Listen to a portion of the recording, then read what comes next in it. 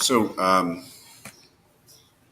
in the second week of the course, like I said, or I hope I've indicated before, the three questions that are guiding us are fundamental questions, and like all fundamental philosophical questions, it's very difficult to separate them from each other. They lead into each other, and many texts that we read will have something to say on all of them as a result of that.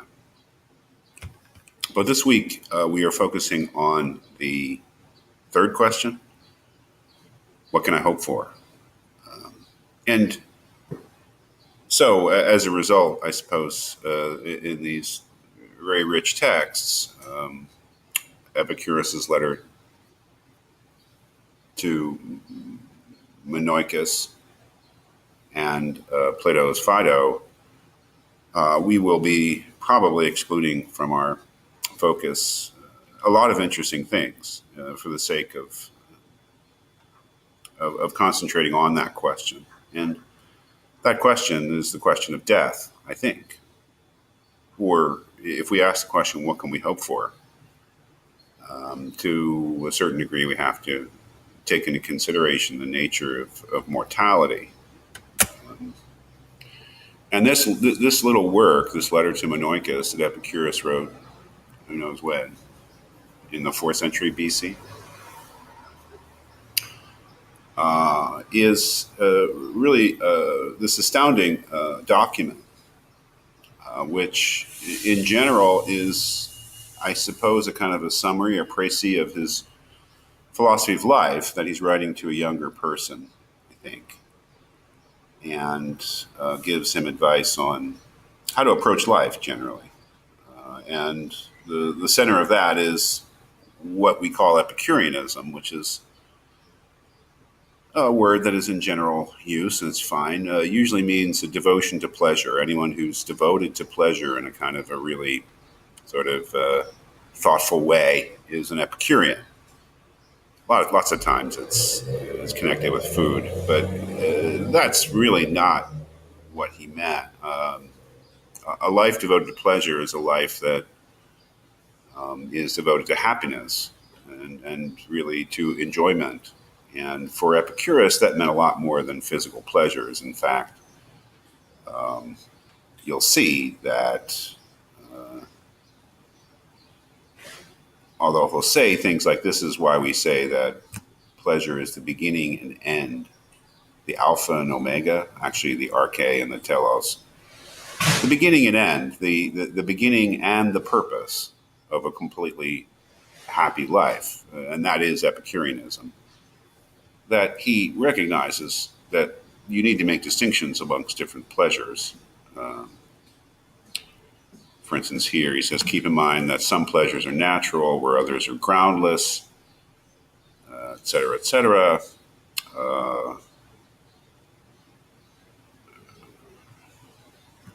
And so it can't be just a complete devotion to physical pleasure. I mean, he believes that ultimately it's the happiness of the soul, not the body, not just the body, although he does recognize that bodily health and enjoyment is an incredibly important part of life.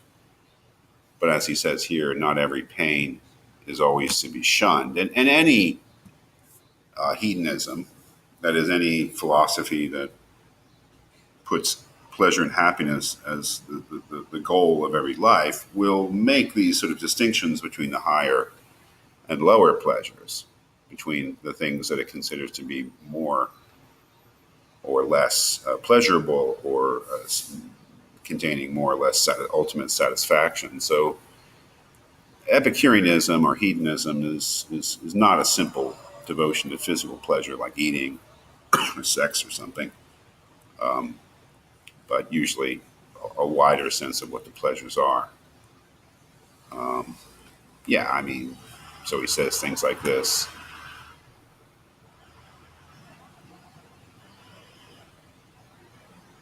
When we say that pleasure is the goal, we do not mean the pleasures of decadent people or the enjoyment of sleep. For a pleasant life is produced not by drinking and endless parties and enjoying boys and women and consuming fish and other delicacies of an extravagant table, but by sober reasoning. Right? Sober reasoning, searching out the cause of everything we accept or reject, and driving out opinions that cause the greatest trouble in the soul, which goes back to the beginning of the letter where he says that no one should put off or ever stop philosophizing. You get the Greek is on the other side. Obviously, you don't need to look at that. Just look at the English translation. But the first line says, "Let no one put off the love and practice of wisdom." And the practice of wisdom is this verb philosophein, which literally means to philosophize. And the translation I think is very good. In fact, I'm switching over to it because I think it's better. But then the translator notes that that he's how he's translating this verb philosophein, to philosophize. But that really is the ultimate pleasure for somebody like Epicurus, is the pleasures of the getting of wisdom, of sober reasoning, as he says. But how does all this relate to? How does this relate to the question of what we can hope for? Well, the most powerful part, and the part that because I do teach a course about death on a regular basis. The most powerful part, I believe, that is in this letter comes here when he begins to talk about death. He says, "Train yourself to hold that death is nothing to us." That is, if life, the purpose of life, goal of life is to be as happy as possible, then accustom yourself to believe, train yourself to believe that death is nothing to you. And one may say, well, okay, I guess I see that. If I believe that death is nothing to me, instead of being something awful and scary, then I guess I'll be happier in my life. And that makes perfect sense if you're a hedonist. But if that were all that it was, it wouldn't be particularly profound, I think, because what we find in the next sentences is that Epicurus is telling Menoikos to train himself to hold that death is nothing to us, because death is nothing to us. And he's got an argument. Because good and evil consist in sensation. And death is a removal of sensation. So everything that's good and everything that is bad for me, at the very least, has to be something that I'm aware of, something that I'm able to experience. Because death is a taking away of all sensation, taking away of all awareness, then it can't in itself be something good or evil. Because for something to be good to me or something to be evil to me, at the very least, I have to be aware of it. And if death is not a possible object of my awareness, then it can be neither good nor bad for me. Which is a pretty powerful claim. It continues, a correct understanding that death is nothing to us makes the mortality of life enjoyable. The mortality of life, the finitude of life, the limitedness of life, an awareness that death is nothing to us can make the fact that our lives end enjoyable. Not because it gives you an unbounded span of time, but because it removes the desire for immortality. That is,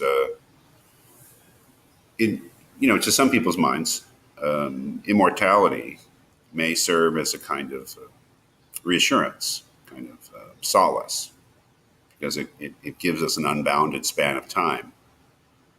But his point about death being nothing to us is that it makes mortality, finitude, enjoyable, because it tells us that there's nothing to fear. If mortality is a bad thing, because death is a bad thing, then when we realize that death isn't a bad thing, then we realize that mortality, finitude, is not a bad thing. There is nothing terrifying in life to someone who truly understands that there is nothing terrifying in the absence of life. That is, death is simply the limit of our experience. It's not painful. It's not doesn't entail suffering, because it's the end of all experience. Now, the process of dying can be painful, as we all know. And I would say that's probably a legitimate thing to fear, physical pain that may come along with dying. But if we're worried about death itself, the fact that we cease to exist at a certain point, then we're needlessly worrying ourselves. He continues here and says, only a fool says that he fears death because it pains ahead of time, not because it will pain when it comes. I think this is particularly nice translation of a difficult passage I've run into before. If you say that, well, okay, I understand that death itself, because it's merely the end of life, is not something painful, but still death is painful because as I look forward to death, it gives me pains. And Epicurus is saying that person's a fool. For he continues and says, for something that causes no trouble when present causes only a groundless pain when merely expected. So it's sort of the same as, well, somebody says, well, what's bothering you? You say, well, I have to go to the dentist tomorrow. And you ask them, well, why is that bothering you? And they say, well, because it's going to hurt. It's going to hurt really bad. And then you explain to them that modern dentistry, let's face it, the painkillers are really good. The anesthesia, local anesthesia is really good, and it really doesn't hurt. And they say, oh, okay, so it won't hurt. And then you ask them if they feel better, and they say, no, I don't. I'm still afraid. Well, if you realize it doesn't hurt, why are you afraid now? Why are you letting it? Well, that would be irrational, right? That is, if the person really understood that this experience that they were looking forward to, if they really understood that it would not be painful, yet they still dreaded it, there would be something irrational about that. I think Epicurus is making a similar point about death. That is, if death is not a bad experience of any sort, because it's no experience of any sort, because it's the end of all experiences, then dreading it, somehow letting yourself be bothered by it now, letting it cause you pain in the expectation would be irrational. It would be as irrational as letting your dentist appointment tomorrow ruin today, because even after you realize that it would not be painful. So death, the most terrifying of evils, and that's ironic, is nothing to us. Death is nothing to us. So it's not just that he's saying that death should be seen as nothing because that'll make us happy. No, death really is nothing.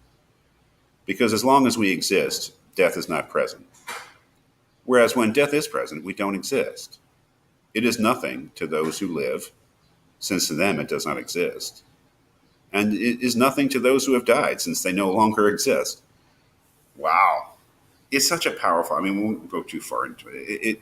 It's when I teach my class on death, which at LaSalle is called Perspectives on Death. This is the first thing we read, and it's really an amazing document. It leads into all sorts of questions. All sorts of puzzles emerge from this view of death, and death being the end of all experience, and et cetera, et cetera. But it's pretty powerful. And as I said in the introduction to this week, it's so powerful that Plato, who is vehemently opposed to the Epicurean position on death, really has to come up with a much more strenuous philosophical defense of the position of immortality. And I'm certainly not saying that, as I hope I indicated in the introduction to the week, that somehow Epicurus's view of death is obviously correct and Plato is obviously wrong. It's not true at all. But it is telling that Plato, in response to this sort of attitude, he didn't know Epicurus. Epicurus came a little later, but he was certainly familiar with this idea that death is the end, that Plato had to do a lot to try to defend his position. So really quite amazing document, the letter to Menoikos, generally as a philosophy of life, as sort of a summary of his approach to life, but I would say especially because of how it characterizes death.